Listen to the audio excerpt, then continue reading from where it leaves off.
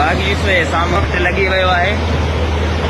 जेके बि ॻोठा आहिनि इलाही जेके बि रहवासी आहिनि यूसी जाफ़राबाद, यूसी चन्ना, यूसी आराज़ी ऐं तमामु ॻोठ हिते जेको आहे सो अञा ताईं शहरी ॻोठाणा फाथल आहिनि। सो असां उनखे अपील था कयूं त पंहिंजा ॻोठ ऐं शहर ख़ाली करे वञनि, न त जेको आहे सो बाग़ी से साम्हूं कट लॻी वियो आहे। तव्हांजे अखियुनि जे अॻियां आहे। असां हींअर वीडियो भरे रहिया आहियूं, तव्हांखे ॾेखारे रहिया आहियूं।